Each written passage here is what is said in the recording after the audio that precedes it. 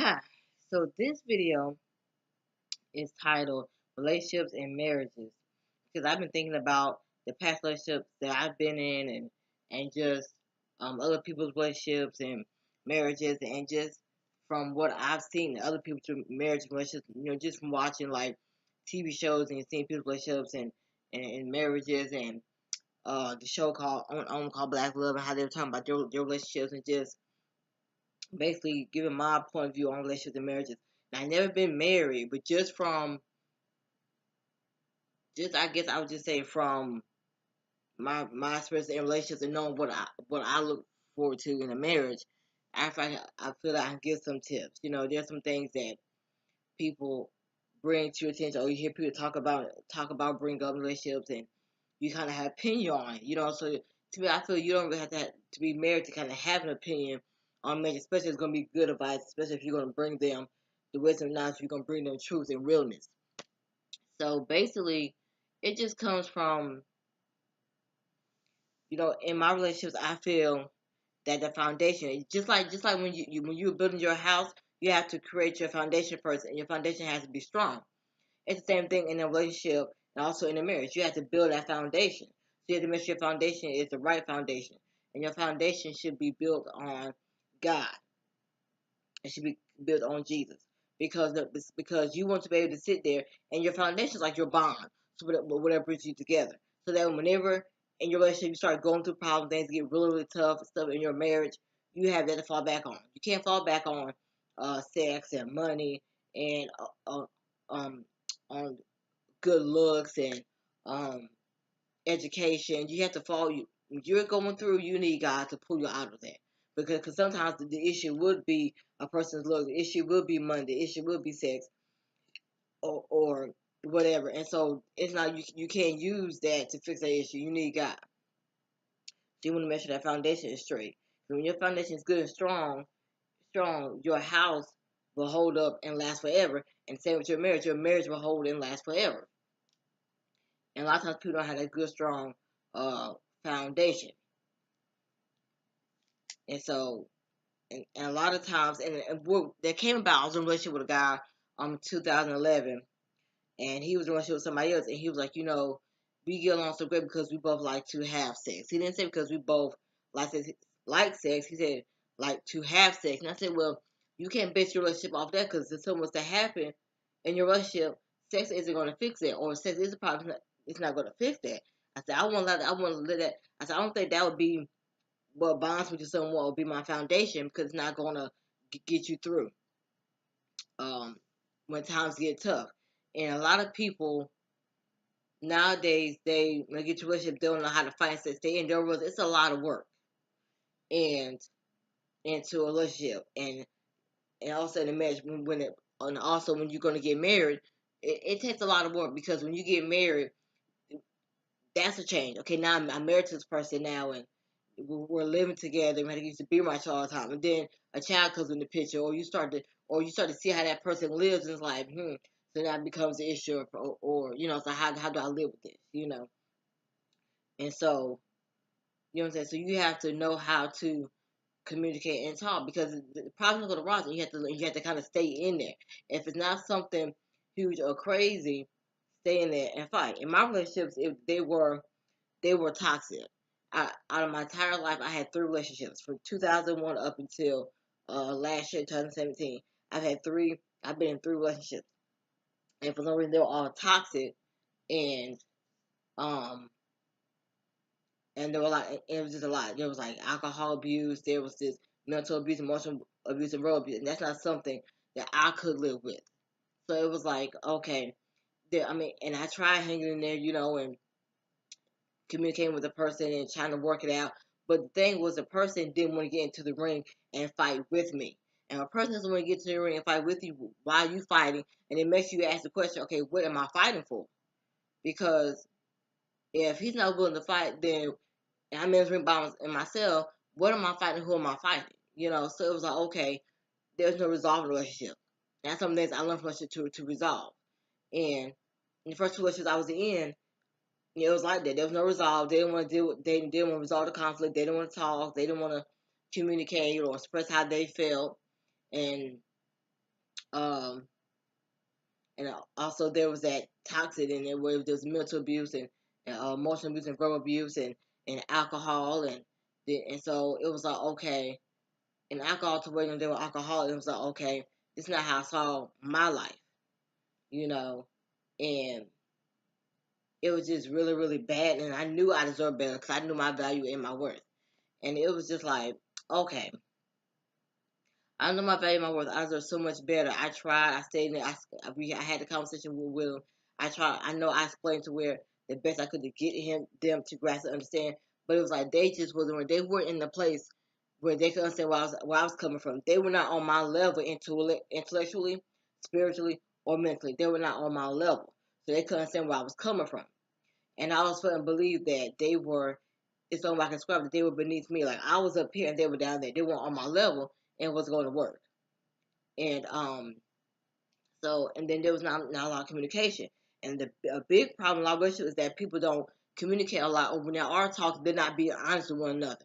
You know, and a lot of times they're compromising, or and not really, they're not compromising. They're completely giving up and just um giving up all the things that they want to make this person happy, and and the person is not doing anything for them. The person's kind of selfish. And I dealt with that in my relationships. I dealt with selfishness, and you can't be selfish. When you're in a relationship, you have to think about other people. It's not about you anymore. You have to realize that things that you do affect that person that you're in a relationship with. And you can't be selfish and think about yourself. And whenever somebody says something or asks for something from you, you can't always sit there and look, okay, what do I get from this or how does it affect me? Sometimes, like, you're not going to get something out of the situation. Like, this person needs this. You might not be getting anything out of it, you know? And so, um, you have to learn how to consider someone else's feelings and realize that it's not always about you. And in my first relationship, it was bad because I couldn't believe that the first relationship I was ever in, it was this bad, it was this toxic and this negative. And I'm a very positive person, and I was like, you know what? And the thing was, it was something that could be fixed, but that person had to want to fix it. He had to want to change for himself, and he didn't want to change. And he didn't want to fix it. So it was like, okay, because any issue that arises in a relationship, it can be fixed, but that whatever the problem is, whoever's causing that problem, they have to want to fix it and be ready to change. Sometimes they're not ready. And it's like, okay, you don't want to fix this, or you don't want to change, or you don't see anything wrong with what you're doing, but I can no longer live like this. We're gonna have to part. So I had to, end it. And saying that second relationship was like, okay, you don't want these things. And I was clear from you from the beginning that hey, I want to be married and I want kids. And he was like, I want to be married, I want kids. And then one day we were talking about a month or two in, and all of a sudden he was like, I don't want no kids. I mean, he said just like I don't want kids. I said that's what you said to me when we spoke and at a time when we were talking, and he was like, well, when we first met, he was like, yeah, that's no. I said, I asked you, you was like, yeah, you wanted to get married, and you wanted kids. I said, but now that you're saying that you never wanted that, and Mr. Simmons and not have to really kind of think about our relationship and whether we should go further, because it doesn't make any sense for us to waste each other's time be relationship with be in relationship with one another, and we already know that it's not going to be any children. It doesn't make sense for us to get married. You don't want no kids. I know I want kids. So I said, well, I don't know about this relationship. He was like, well, no, because I could possibly change my mind. Well, possibly is enough for me to stay. I'm not that person that is going to stay with somebody for possibility or stay in a relationship with you. Well, what I would recommend is that when you situation like that, you sit there and you're like, okay, you know what? You need time. Notice I'm gonna give you your time, but we're not gonna be in a relationship when you are ready to be married with those kids. Call me up, and if I'm not married, if I don't have any children, we could talk. We could talk. We could possibly get together. But I'm not gonna wait 6 years to be in a relationship with you, and you tell me you don't want this. It doesn't make any sense to me. It doesn't add up. When someone reveals to you who they are, if they tell you or they show you who they are, believe them and accept it. So I couldn't I couldn't sit there and stay in a relationship. I couldn't do it. I was like, nah. So I stood up for what I believe, what I want. I wasn't gonna allow my time to be wasted. And then so out of those kind of relationships I learned about myself and about respect, because I wasn't spoken to with respect. they would which is where the verbal abuse came from. They would talk down to me. They would talk to me like I was a child or because I was a woman and I was younger than them. It was, oh, well, you don't know if you're not smart. So they kind of really, it was kind of demeaning and belittling and just not respecting anything that I had to say. And it was and it was abuse. And they could never understand why I don't abuse you because men, they associate the word abuse with physical, like hitting. And I said, and I said to her, I said, there's more than one way you can abuse someone: verbal abuse, mental abuse, emotional abuse, spiritual abuse, physical, sexual, substance abuse. There's so many different types of abuse, and you have to know, and you have to be aware that when somebody says that, you don't think the worst, as if like you don't think the first one, oh, you said hit you, no. And so I learned from relationships that I was in, and then the recent one I was in, I learned about not being selfish, and when I realized that, it kind of brought me back to some times where I was in the first relationship, how they were kind of selfish a little bit, at least in the first relationship, because he was just so, like, wherever I go, he wanted to be with me. He'd be like, oh, do you need me? I'm like, no, I don't need you to go. It was like, he was needing for attention. Then, like, if he had came to see me or whatever, he knew I was in school. I'm doing my schoolwork. He's upset mad because I'm going to be doing my school. Where's the support? You have support, so you knew I was in school. I'm not going to drop stuff because you came up to see me. I was staying with my sister at the time, and you come up to see me. Leave your house to come see me because we both live in the same city. Um, to come see me, but you knew I was in school, and all of a sudden it's like you wanted my attention, and you had a problem with my attention on something else. Well, my attention can't build you all the time 24/7, and you can't be selfish. And you just think back to that time when I was dealing with this current relationship about selfishness. It was to the max, to the 10th power. It was like he was really, really needy because apparently he had never been in a relationship before, so he commanded a lot of attention, and it was almost like being with a child. So that's when I came to the realization of, so you can't be selfish in a relationship. You have to be selfless and think about someone else. And you also have to realize that sometimes a person might say, I need this from you. Like I'll say to him, I need some space sometimes. I've been at work all day. I work at daycare. Kids are making noise. I'm hugging them. They're in my lap. I'm holding them. They making noise. It's loud. There's no peace and quiet. There's just noise. So when I come home, I want my peace and quiet, and I kind of not in the mood to kind of hug you right then or cuddle up to you right then. I just need some time to myself for a while, and then once I have my time to relax and need some peace and quiet, then I'm ready to spend some time with you. And there's really nothing wrong with that because in a relationship, space is very important to have that time. Because how can you follow someone if you're around all the time, 24/7? And he couldn't get that understanding that, and he took it personal because he was going to look at it like, okay, well, if I do this for you, what do I get? But sometimes you have to do for a person. You know what I'm saying? You have to consider that person's needs. You're not the only one that has needs. It's two people in a relationship, two people need needs, and sometimes their needs are not what you need. It's a different need or a unique one. And you have to respect that. And so, and it made, so when I was processing the relationship and all the things and the reason why, you know, I could no longer be with him, then it made me go back to my first relationship, and even my second a little bit. That's the same kind of issue. And but the common thing was, but in this one he was like an alcoholic, like up to, and so that was the main cause. And I believe that if that wasn't the issue, if that wasn't a problem, I think we could have worked because he was a nice guy. Because some of the other stuff we probably could have worked on and dealt with, you know. But it was just that, and it was something that he could not, because addiction is really strong, it's real powerful, it has a strong pull, and it's hard for you to overcome that, especially when you don't give it to God and ask God to deliver you from that so you can overcome it. And so, and he was trying to deal with it himself, but he didn't want to do AA. He didn't want to, um, he still want to change or even go to counseling, talk about what caused that. The one thing I've always said, no one just wakes up one day and says, "Oh, I'm so go out and just get drunk." Something had to happen, and I just can't live with that because he was. This is the first relationship I was in where I lived with someone. I never really lived with anyone, so this is the first time I lived with someone and I had a job, so it was a lot on me. I was stressed out. I didn't have no peace. I was physically exhausted. I was mentally exhausted, emotionally exhausted. I was exhausted in so many different ways, because I didn't have any peace. I wasn't getting any rest. I felt like I was constantly on, and the only time I could take a break and shut it up and cut it off was when I was asleep. And I feel like that's not fair. That the only time I can cut it off or get a break is when I'm sleeping, you know. So based upon there has to be compromise and selflessness. You can't be selfish. You have to be selfless. You have to think of others. And because that really helps in a relationship when you're thinking of other people and you're recognizing that, oh, you know what I'm saying, they do so much. You know what I'm saying, on a regular basis, they do so much for me, they do so much for this house, for the job, for the life church, for the children, they do so much. You know what I'm saying? Let me kind of do something for her. Let me, you know what?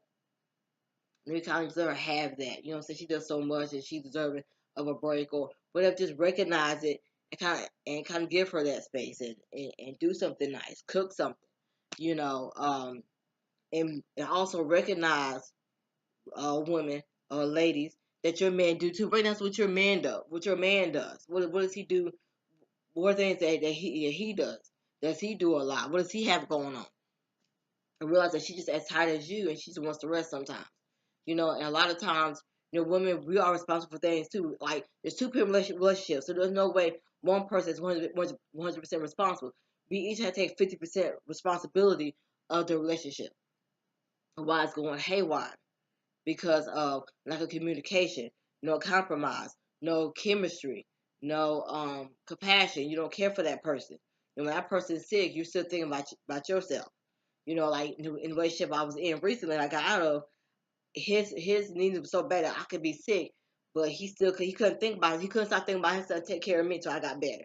Everybody knows that when you're in a relationship with someone, and when that person is sick, your needs don't matter anymore. You have to say, okay, you know what, she's sick or she's going or whatever. Let me take care of her until she's 100%. And when she's 100% and she's ready, then we can go back to normal. But she's down and out, and I gotta make sure the person I love is okay, and she's back to 100 because she's not 100%, and then something happens again, it could be worse than last because she didn't get healed 100%. You know. And in my last relationship, I had to do everything. I was with someone who did not have to do anything. So whenever something had to be done, it was always me. So I just felt, so I was doing a lot.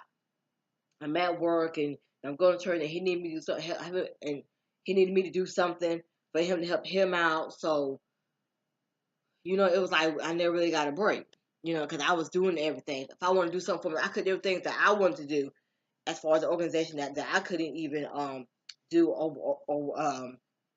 work on. There were things that I wanted, to do. I couldn't work. If I wanted to do something, he had a problem with it because it was taking my attention. But he didn't mind it taking my attention if it was his project or something for him. And I thought that was just so wrong. There was no reciprocation. There were things that he wanted, I didn't get returned. There was something that he wanted in particular. It was always let's take care of his need first, and then take care of mine. And then when I would take care of what it was he needed, it was 100%. But then if I needed something, he excuse my language, he half assed on it, or he didn't give it 100%. And I thought that was messed up. In, in relationships, reciprocation is very important. Whatever you asking for and you want, nine times out of 10, your man or your woman needs that as well. You know, even though 'cause a lot of times men want to act as if they don't need a lot of attention, but really they do, or they don't need communication. Men, we don't need communication. We don't. Yeah, you do. You need to communicate and so and get things out. You choose not to, but communication is important because how's the other person know how you feel about a relationship until the relationship is over? And you tell her the reason why, but why didn't you come to her? Because we're about women, we're about resolving conflict. We'll come to you unless we're messed up and I just go. We might not come to you. We might act like a dude, but we have to, communicate and we have to do better in relationships and marriages. If someone, you sit there and see you watching these reality shows, you see a lot of women with men where they made it clear on the first day or from the beginning, like, hey, I don't want to be married, I want kids, and yet they're wasting their time with that person, or they don't want to get married, but they want children, and it's like, okay, make a choice. You're a woman, you're strong, and it's tough because you end up liking that person before all those feelings even came in. At the end, make that decision before feelings come because it's easier to make a decision when you have feelings for that person. If someone tells you on the first date or at the beginning before it got crazy or too involved, if that person tells you, make a decision right there. There are actually good men in this world. Nobody is perfect. There are actually good men in this world. Okay? So don't ever think that all men is horrible. And that's the typical response for women, that all men are horrible all that stuff like that. But there are some good men as well, because you're not perfect and he's not perfect. Nobody's perfect. And there has to be some changes. You know what I'm saying? You need, like, if you are, first of all, you have to be a woman of God. You have to be a man of God. God has to be in you. The first thing is that you have to be a Christian. You have to believe in God, trust in God. God has to be in your heart, in your life. When you sit there and live your life, God is in control. That He guides your life. You live your life according to God. And the women, he needs to be a man of God. A lot of women are dating men. They're not men. They're not a man of God. A lot of men are dating women. They're not a woman of God. And so a lot of times there's an issue. Like, I'm a woman of God, and I was dating guys that really weren't a man of God. That would say either they wasn't a Christian, or they was a Christian, but they didn't want to go to church all the time. Or if I'm a Christian, but he didn't want to go to church unless he was with me. Or, like, I'm a man of God, and I go to church, I'm preaching, but you didn't live the lifestyle. So, like, you're a Christian, and you believe in God and stuff, but you're really a man of God, because when you get saved, the way you used to be, the way you speak, you don't behave that way anymore, because you changed. Yeah, everybody has the moments where they kind of relapse and go back a little bit, because it is tough when you have an addiction. Depending on what the issue is, it is hard to come out of that addiction. But um, you have to believe that God will pull you out of it. When you say Jesus Christ, you're no longer that old person. You put on a new you, and that new you doesn't really remember what he's done in the past. He's moving on from that past. The old you doesn't exist anymore as a new you. So the new you never did that stuff. So when someone's like, that wasn't me, I never did that, that is a true statement, because you are not that person anymore. You're delivered from that. You don't even think about that stuff. You don't think about the alcohol, those drugs, or whatever. You don't think about it anymore. And so it's it's important to um have Christ in you, and have that man of God, have that woman of God. And that's one thing I work on, is that if I pursue someone, he has to be a man of God, and we kind of have to be on the same level, believe on the same thing. I believe in that grace message wholeheartedly. And a lot of times, um, you with someone that's a Christian, but you're not on the same level Christian wise. Like, you might believe in something, so it makes it hard for you to be comfortable being yourself around that person, because they don't believe in that, and it makes it hard. Um, so it's tough, but um, you have to, when you're in a relationship, depending on what the issue, the problems, you have to kind of hang in there, at least try to work it out and fight. Because nothing is easy. A lot of people give up so quickly and easily. You see people they've been for 50 years because they stayed in, and they fought and they communicate. You can't be with somebody for 50 years and never communicate to that person. You know what I'm saying? They communicated. It was a lot of work. It wasn't easy. There were a lot of issues. There was a lot of problems on the outside. You know what I'm saying? It looks like, oh, we're all together. We never had issues or problems. But no, there were issues and problems. But it was not our business what it was going on in their marriage. They're like, they have a couple, but they got stuff going on. All couples do, but you have to communicate. And they're going to say things you don't like, and he's going to say things you don't like, but you can't, but you have to be, that person is supposed to be honest to say what he has to say. You know what I'm saying? Because you have to hang in there and communicate. You know what I'm saying? If it's something that can be fixed and that person wants to fix it. A lot of people don't want to hang in there when something happens.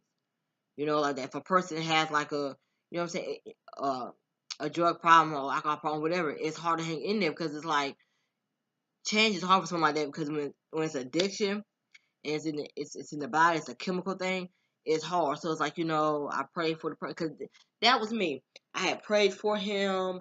I was doing all kinds of stuff, but it was like he had the one thing. All things I was doing, he should have been doing.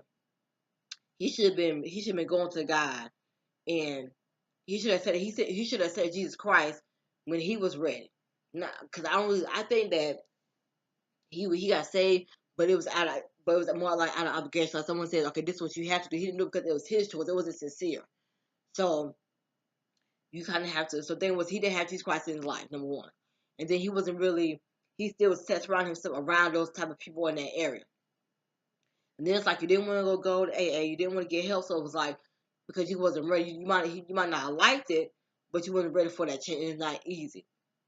And so he ended up losing the best thing he ever had. You had this good woman at home, and that wasn't enough. Sometimes you have a good person at home. She's great. She's amazing. She's awesome. Vice versa. But yeah, it's not enough to make you change and get yourself together. And that was my situation. It just wasn't enough. Not because I wasn't a good person. And often that's how we think that it must be something wrong with us, or we must not have been good enough of a person because he was with me. I know I'm a good person, or you're like, I know I'm a good person, but he still couldn't change. He still couldn't, like, okay, let me change. They know you're a good person, but when they have a problem, it's hard for them to empathize and understand how much they hurt you. It's hard for them to emphasize, like, dang, I hurt you so bad. It's hard for them because they're in their addiction. So they know what they're doing when it hurts you, but they can't empathize with you, but they can't feel bad for how they treated you. Then they can't see they're wrong. You know, like when he came to me about it, we were talking. He was like, um, you know, you know, he never apologized. Then we did apologize. He was like, I'm sorry, but and in that same conversation, it was like second, third, in the same conversation, he apologized and he was like, you know what I'm saying, like, I didn't do that. I didn't hurt you. Like, I don't understand. Like, what? Like, I had to hurt you. Like, I don't think I hurt you. I didn't hurt him. I didn't. He didn't see. I didn't hurt you. Stuff like that. But then so and that upset me because I was like, wait a minute, how you? Excuse me. If you don't think you hurt me, how you gonna sit there and apologize? Then what are you apologizing for? You say you're sorry. You're sorry for what? Because now I'm confused. I'm like, well, if you don't think you're doing it wrong, don't apologize if you don't think you did anything wrong. Because then the apology is sincere. I know when because you say, well, I don't think I did anything wrong, then why are you apologizing for? If you don't think you feel that you hurt me, then why would you say sorry? Why would you apologize? And you expect us to be friends or get back. I can't get back together over things I was someone who doesn't think they did anything wrong or didn't hurt me. I can't do that. That's where it's like, okay, well, I forgive you and I'm not bitter, I have no resentment, but I can no longer be in a relationship with you or be friends with you because you don't think you did anything wrong. You know what I'm saying? You're saying you're sorry, but you can't see how you hurt me. So I don't take your apology either. Because sometimes for some people, they just want that apology, and I couldn't really realization. Sometimes you don't get that from a person. Like my first relationship, he's never apologized. Second relationship, he's never apologized, and I've lived with that. Like, okay, you know what? Sometimes people just not gonna do it. You might not never get it from that person, and you have to move on and forgive that person, whether they apologize or not. Even if they don't apologize, you have to forgive them because they're sleeping that night. They're able to give every day. They're able to go to bed every night and sleep and move on live lives, and it doesn't affect them. They can go on in their daily life throughout the day and be fine and not be affected by it. So I'm not gonna be affected by it. And I better get through my day, get through my job, and let it affect me and affect my job performance. No, they're not being affected by it, and they don't want to feel the pain. So it was like, okay. But that's one of the reasons why I couldn't take my back because they didn't apologize to me before and they couldn't and they never thought it was wrong. Every time they was like, no, that wasn't wrong. Like they justified everything. It was okay for, and it was like, well, I can't work it out with someone, stay with a relationship with someone. I can forgive you, but I can't stay in a relationship with you and stuff because you're not even because you may have been perfect. You're not going to change that behavior because you don't think it's wrong. If they didn't think it was wrong, they weren't going to change it. So I was like, well, then I can't no longer pursue. You know, and be in a relationship with you. However, if you with someone you're talking to them and like, hey, when you did this, that hurt me, and they're willing to make that change and fix it, and they are sorry for hurting you, and they're able to understand, they're like, you're absolutely right. That was one of the, and they see and they understand, and they believe what they did was wrong, and they want to work on the change. That's the one you stay in a relationship and work it out with, you know. But people who are selfish and messed up, you can't. Those not what you want to work it out because you just open the door for them to flip more pain on you. But you standing with someone that actually truly loves you and wants to get to the ring and fight with you. And that's my thing, that nobody ever fought for me or fought with me for the relationship. Like I was the only one fighting for the relationship, and it was like, you know what? I got so sick and tired of fighting for a relationship that person didn't even want. Because I'm not gonna do that anymore. Because another thing was that you want someone that's gonna choose you over the situation. Like he was addicted to alcohol, but every time he always chose that. You know what I'm saying? He chose sitting there with friends in the streets over me. Or you had a person that they were choosing that lifestyle instead of me. Or whatever it was like they would, or like they chose to like I wanted to move out of state. The person chose that I'd rather sit here and be underneath my mother and be then choose me. So it was like, okay, I can't. That's not okay because you're a grown person. I'm a grown person. You have to grow up. You have to choose. If someone's gonna be your wife, that your wife after God, the wife is number one. You know what I'm saying? It's your number one person. They coming for anybody. They coming for your job, church, friends, whatever, and your family. Because she's the one that when you come, she's the one you come home to every night. She's the one that if things ain't good, you got to deal with her all up in your ear, or you got to deal with him all up in your ear. You know what I'm saying? That's the person you got to be up next to, laying up next to you, and you don't want to be laying up next to somebody that's angry and mad because you didn't choose them. You always choose them there first. You put them first. You know what I'm saying? Because if your marriage ain't right, you ain't gonna be right. Choose them first,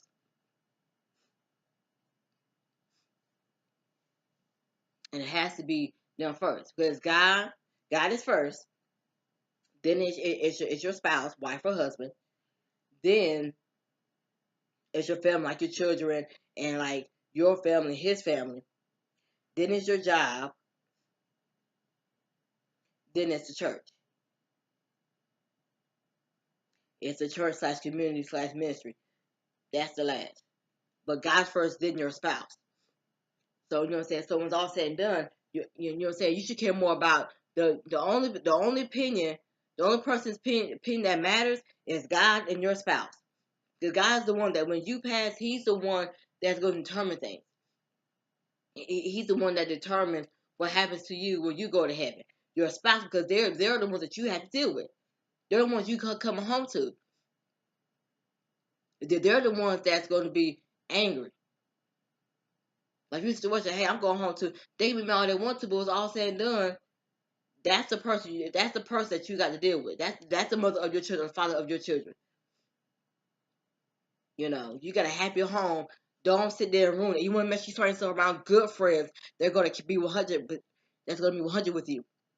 They're gonna keep it real. It's gonna tell you the truth, and they don't care about how it's gonna affect your friends. They're gonna say, "Hey, bro, you gotta go home. You need to go home. You don't need to be out here in the streets doing this, whatever.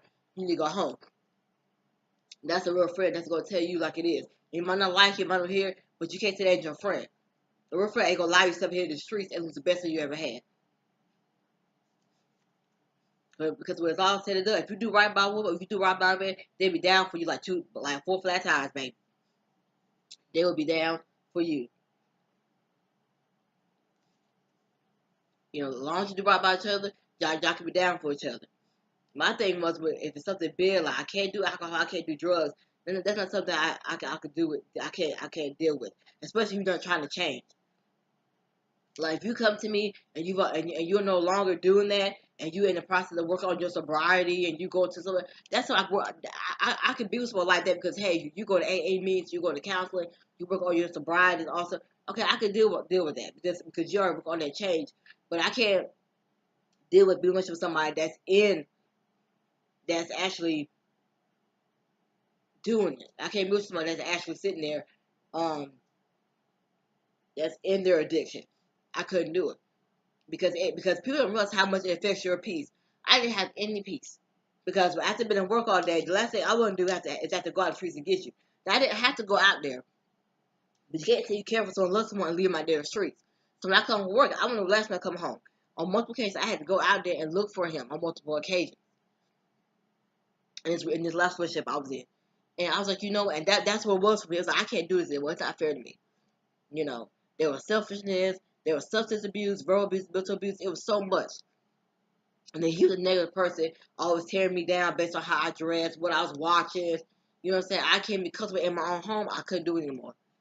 You're not gonna disrespect me in my house. This is you moved to my home. You're not gonna disrespect me anymore. I could not take it anymore. This is my house, and you can't tell me what I can watch, what I can listen to, how I dress, and I couldn't do it. And you would have yourself together. It's almost like I was worshiping with someone that was judging me. And that's another thing. You cannot sit when you worship with someone. Do not judge your husband or your wife. Do not judge them, because first of all, no one has the right to judge anyone. In general, it's not okay for us to judge anybody in general. You definitely don't want to judge your wife or your husband, because it it hurts and it cuts like a knife when you are sitting there and your husband and is just judging you and just tearing you down, and that's not the type of husband. That's not how a husband's supposed to act. There are ways to kind of, so you pray for her. There are ways to kind of, like, there are better ways to handle that situation than to tear them down and judge them and belittle them and just in their home, because and usually that's not a problem. Like if there's a show that I'm watching, most women, they have shows that men don't like. Usually a man go to the living room, they go to the bed and watch their show. It's not an issue. The thing was, he wanted to be up underneath me all the time. Like, I want to watch TV with me all the time. I'm like, we don't have to be with each other. Like, we don't have to watch television together all the time. It just drove me crazy, you know. But you had to, but you don't sit here and have this negative attitude, and it makes somebody feel uncomfortable and say bad stuff, and so I had to have all these nasty comments, these judgmental comments, because you don't like something that somebody's watching. So it was like, okay. And so it was like, it was so much more in that relationship than just that. Nobody's perfect, but I deserve my peace. You deserve to be happy and at peace when you come home. The person you with should be your peace and bring you peace. You know what I'm saying? You should find peace in your man's arms, or you should find peace holding your woman, after being at work all day long. You know what I'm saying? That's your place of peace. After you've been at work all day dealing with that stress, your home is your refuge. You know what I'm saying? It's supposed to be your place of peace. That when I come home, I can't wait to get home so I can lay my man's arms. He's just so, because that man comforts you. You know what I'm saying? He's supposed to be your comfort along with God. You know what I'm saying? He's my comforter. You know what I'm saying? He's my God of peace. You know what I'm saying? He's my comforter. You know. And so he brings someone to you that's going to comfort you. That's why they need to be a man of God. A lot of us are dating a man that's of the world, and that's gonna be a whole different thing, because it's gonna be called a man of God, um, or a man of the world. You know what I'm saying? The man who's of the world, he'll live according to man's law. A man of God will live according to God's law. And that was actually one that I was working on, called God's law versus the man's law. And man's law is the covenant of law, the old law under Moses and all that. The covenant of grace is the new law. That's God's law is the covenant of grace. That's the new grace, the new covenant that I'm under now. You know what I'm saying? That the new teaching that I'm getting. I'm not under the old teacher. I grew up in the Baptist church. We had all the old teaching. I'm not under the covenant law. I'm under the covenant of grace. But that's gonna be a whole nother video. But that's basically how it is. I gotta write that down. But you want to have someone that is a man of God, because a man of God don't act like that. A man of God won't speak to you like that. You know what I'm saying? Because when you're a man of God, the Holy Spirit's in you, and the Holy Spirit's gonna do that differently. You know. You know what type of man you got. You know what I'm saying? Just because a person says he's a Christian, he loves God, he goes to church, and he's preaching in places, does not mean he is a man of God. There are a lot of people say they're Christians, they really ain't Christians. The way they act, they say they knows what they're judging and judging what somebody has, and sometimes that's all that person has to wear to go to church. You want people to come into church, but you judging them. You know what I'm saying? If the gang bangers just come off the street and come to church, and then when they come to the church, you got a problem with it. But that's a whole different, we just got to be, we got to stop being so judgy. You know what I'm saying? You definitely can't judge. We had no right to judge anybody in this world. You definitely can't judge your husband. You can't judge your wife, because that just tears people up. And I just told me, oh, come on, because I'm like, man, you're the hittest person that's supposed to love me, and somebody talking about you want to make me your wife, and you just tearing me down. And you're really supposed to build that person up, lift that person up, and support that person in their dreams and their goals. And it's hard to find that because they're not where they are. The problem is, he didn't have any goals and values. He didn't have anything going on. And you get someone with me that has goals and values, that has stuff going on in her life, and you don't know how to deal with it. So you want to tell that person now. You want to distract that person.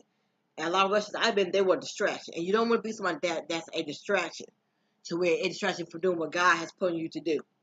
But I'm in a place right now in my life where I'm getting back on track to where I was supposed to be. And and getting back to doing what God had has required for me to do.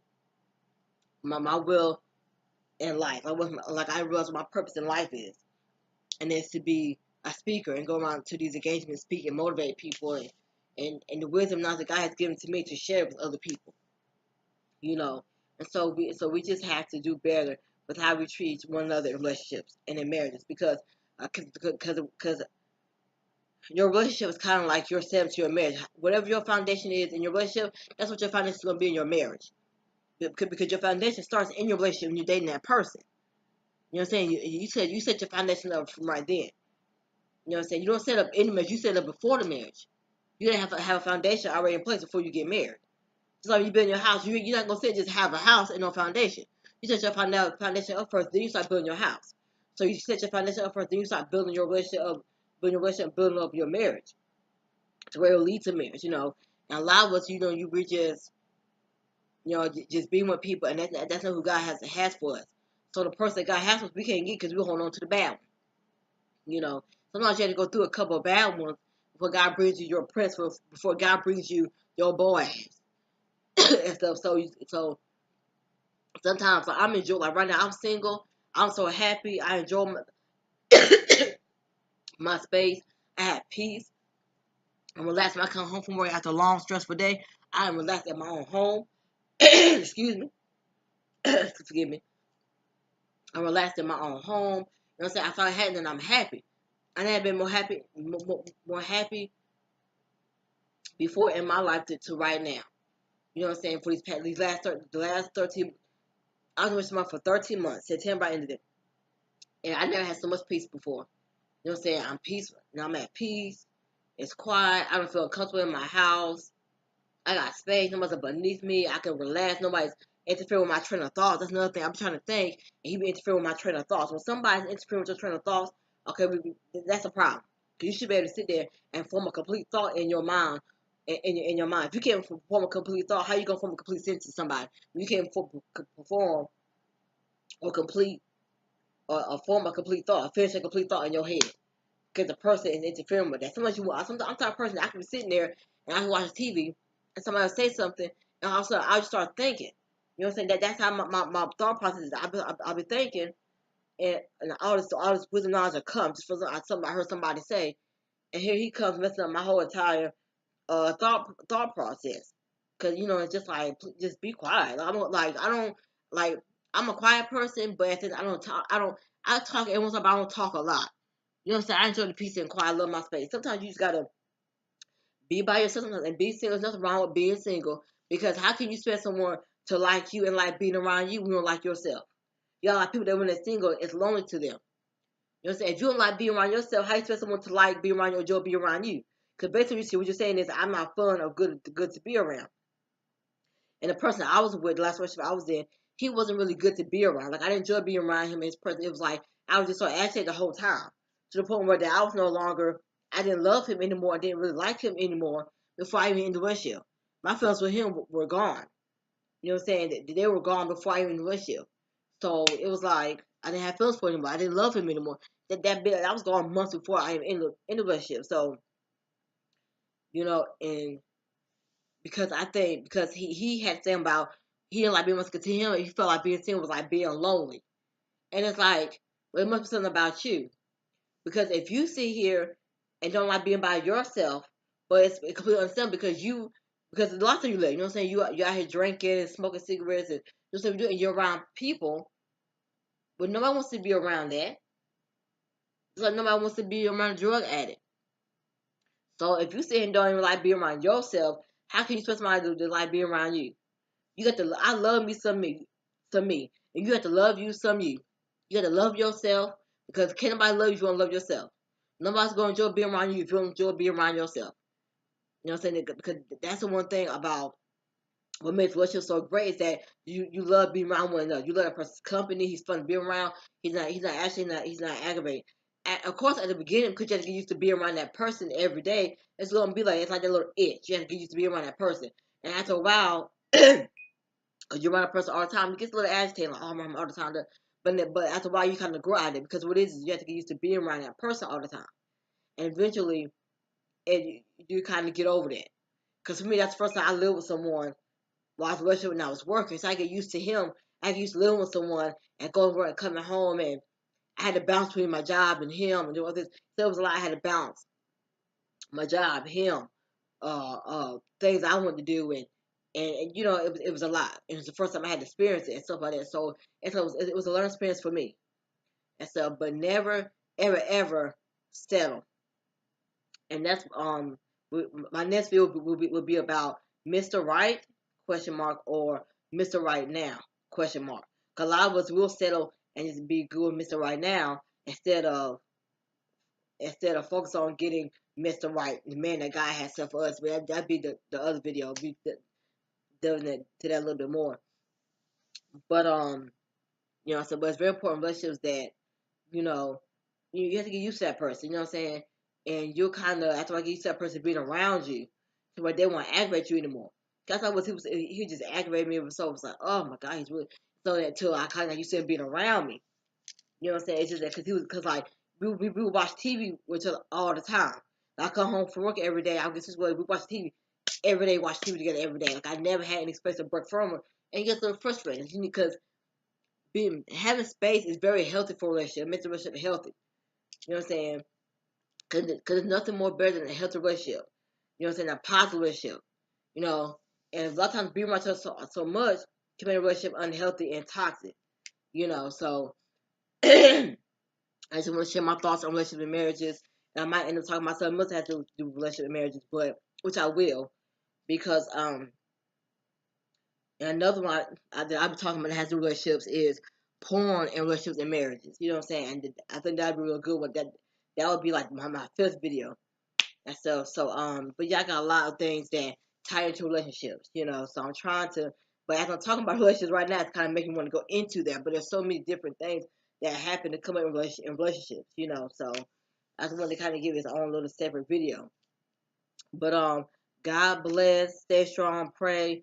Make sure God is your foundation in your relationship because where your foundation is, it'll be your foundation in your marriage. You know what I'm saying? Make sure you have the right foundation.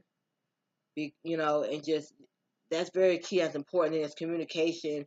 Don't be selfish. Respect one another. Compromise. Make sure there's reciprocation. Respect one another. Protect that person. Provide for her. Protect her. Um, you know what I'm saying? Prove prove yourself to her. You know, say show them who you really are, your character. You know what I'm saying? Prove to them that you are a good person, you have a good character, and that you know what I'm saying. She would not he or she would not be making a mistake, and you're a good person, and you know what I'm saying. You're not perfect, gonna make mistakes, and you might hurt him or her, but it's not intentional. You know, just you know what I'm saying, kind of just show them your character, you know, and just you know what I'm saying, respect one another, you know, talk with respect and you know, and God bless and I'm praying for all marriages and relationships out there that there's a change and we do things differently. We're not you know, we gotta stop always making people feel like they have to hook up with God and do all this stuff just to get a guy and you know what I'm saying, or you know, and you know, it's crazy as well. Like we live in a very sexual world, just so that people just have sex within your body, and they could lay down with somebody. You don't know that person. You don't know that person for a couple of days, and you hook it up with already because you feel like, oh, I have to get like, no, don't do that. Take your time. You know what I'm saying? Because the person God has for you is for you. Don't try to don't try to force something that God ain't brought together. When God brings it together, can't nothing come in and tear it apart. Sometimes Satan actually brings people together. Everything is God and it's Satan. So you have to kind of be cautious. You have to ask yourself, Satan, if this God bring us together, this Satan bring us together. And if Satan brings us together, this ain't gonna be good. If there's a whole lot of drama and hell and craziness in your life, that's Satan, because God don't bring that. God ain't about confusion. He ain't about hell. He's a God of peace. Okay, He ain't about that. That's not gonna be in your relationship or your marriage. You know what I'm saying? When you sitting there in hell and it's just you just miserable, you stressed out, you ain't got no peace. That's Satan right there. That ain't God. God didn't bring that together. You know. But these are just things I want you guys to take to heart and think about it. And we gotta change relationships. We gotta do better. in this world. We have to live according to God's will and how God designed us to be. You know what I'm saying? We need to take our time, get to know a person. Don't rush to be with a person. You know what I'm saying? Wait until you are married. That's what you're supposed to do. You know, because then you're sitting having babies with someone that can't do nothing for you or that child. And now you're sure trying to take care of a child. You know, so just take your time, get to know the person. Don't rush. Um, and just consult God. Pray to God and consult God before you go to a ship with anybody. Go to God about it. Consult Him. Ask Him to reveal that person's true colors, true natures to you. And when He does, accept it. You know what I'm saying? And ask God to give you strength to end that before it gets too deep, before it even gets started. You know, and but never go to a ship with someone or marry someone without consulting God. I think of that song and that Tyler Perry play, Why Did I Get Married? And how she was like singing talking about, because marrying a man before consulting you, oh God. It's more, the name of the song is actually more than just a sin. That's the name of the song, but those were lyrics that was in there. And she was like, marry a man without consulting you, oh Lord, it's more than just a sin. And it is. Because you all, whenever you do something, you're all supposed to consult God before you make any decision. Whenever you need to make a decision, that's something I'm gonna always go to God and pray about first, because God's not about confusion. So you're like, oh, I'm confused. Okay, that's safe. You know what I'm saying? Let me go to God, take a bro, clear my head, and go to God, and and I won't be confused anymore, because God's about clarity. He's not about confusion. Take it to God. Anytime you have to make a decision, no matter what it is, take it to God. You know, and he will help you. He will get you through. He will help you. He will, always consult God. A lot of us made that. A lot of us made that mistake. We don't go to God, consult God before we make a decision. And before we make a decision. So God is the key, and it's the number one key, the big key in relationship. You know what I'm saying? God should be it should be the center, where it should be about God. In your relationship. A lot of people, it's not about God in their relationship, and it should be about God in your relationship. So I just pray for all relationships out there, that there is a change in your relationship, and that it becomes all about God. I declare peace, and in your relationship, I declare a stress-free relationship, no drama. I declare clarity in your relationship. Um, I declare no more abuse, no more just no more pain, and I declare no more negativity. I declare healthy and positive relationships for everyone out there in all relationships. And I declare, and I pray for strength and courage to make decisions that you need to make in terms of your relationship, no matter how hard it is, no matter how long you've been with that person, but you love them, to that you have the strength and the courage to do what's right for you and for your peace and your happiness, and just to, with God's help. That you get, because you can't do it alone. You need God to get you guys through. I just pray for that. That with God's help, you had the strength to do what's right for you and your happiness and your peace. In Jesus' name, amen. God bless. Have a wonderful evening. I love you. Enjoy this. I hope you get something out of it. God bless. See you later.